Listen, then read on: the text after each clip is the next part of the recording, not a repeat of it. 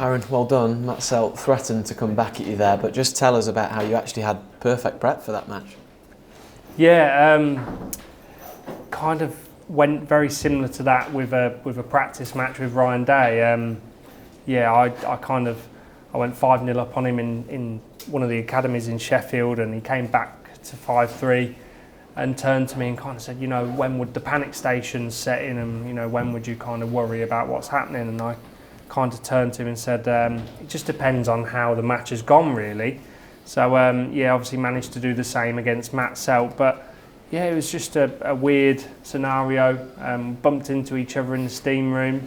I'm sure he won't mind me saying that. And we're both just looking for some good match practice. So yeah, great that we obviously managed to play each other, and it's panned out that we're playing at the same time in the UK Championships. I often wonder in practice sessions, can it get quite psychological? Because you're just trying to get a feel, aren't you? Trying to get the arm going, get ready for your match. But when you're playing against a fellow top 16 player, you are going to look at each other and try and suss each other out a bit, aren't you? And compare your games, maybe. Yeah, a little bit. I think you've kind of done the hard work when you've come up to these events. When you arrive at that situation, yeah. Yeah, so, a day or two before, you're just trying to sort of sharpen the tools and kind of keep going, keep ticking over. But, yeah, I'm not really one for solo practice. So, I'd rather play anyone. I was giving Barry Stark, I think we played about 12 frames on the Thursday. So, I just love playing people.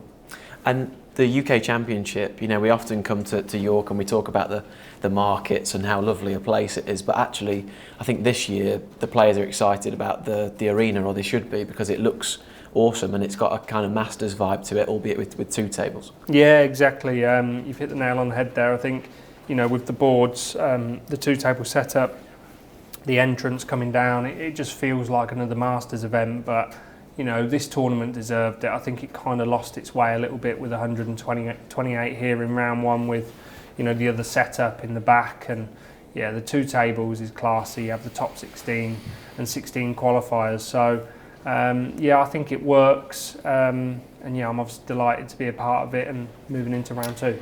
And Ryan, who you mentioned there, Ryan Day, he had the job of having to knock out Jimmy White tonight, but how special was it just to hear that roar? You could almost pretend it was for you, couldn't you? Really? Yeah, I did think it was for me, and then I seen Jimmy giving it the wave, and the realisation set in. No, I always relate to Jimmy as like the godfather of snooker. So he deserved every minute of that. He's had a fantastic career, and he obviously still is having a fantastic career. So good to see him here. And I think there'll be a big roar for you and Mark Allen when you walk out. That'll be a fantastic match, and you guys have met in big ones, haven't you?